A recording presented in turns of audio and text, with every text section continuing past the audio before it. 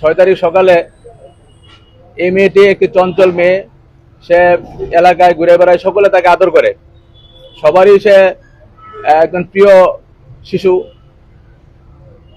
তখন তাকে সে একটি সিগারেট, 2টি সিগারেট একটি দোকানে পাঠায়, তাকে দিয়ে সে সিগারেট নিয়ে আসে। মেয়েটি নিয়ে আসার পরে তার মধ্যে কামনার জগতে সে চলে যায়, তার লুলুপ দৃষ্টি পড়ে।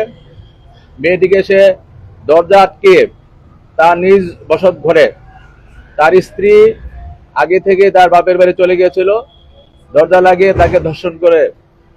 সে বলেছে চেষ্টা করে, পূর্ণাঙ্গ মেডিকেল রিপোর্ট আসলে ধর্ষণ হয়েছিল কিনা সেটা জানা যাবে, তবে সে ধর্ষণের সে চেষ্টা করেছে, সিমটম সেখানে এটা আছে।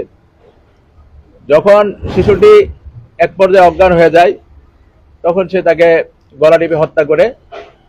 প্রাথমিকভাবে তার ঘরে রাখা একটি ব্রিফকেসে সে তাকে ঘরে উপরে সে এটা রেখে দেয়। তো যখন এলাকাবাসী, পুলিশ সহ সকলে খোঁজাখুঁজি করছিল এবং আপনার এটা যেহেতু ছিল, একটু গন্ধ বেরোচ্ছিল, সেটা নিচে নামিয়ে খাটের নিচে রেখে দেয়।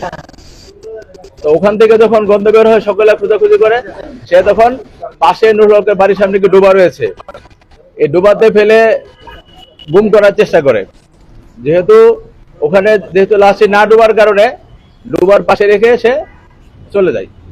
পরবর্তীতে তাকে আটক করে যখন জিজ্ঞাসাবাদ করা হয়, সে অকপটে স্বীকার করেছে এবং যেই আপনার চাদর দিয়ে লাশটি মুড়িয়ে লিখেছিল, সে চাদরটি তার দেখানোর মতো উদ্ধার হয়েছে, সে ব্রিফকেসটিও তার দেখানোর মতো উদ্ধার হয়েছে এবং সে অকপটে সকল ঘটনা স্বীকার করেছে।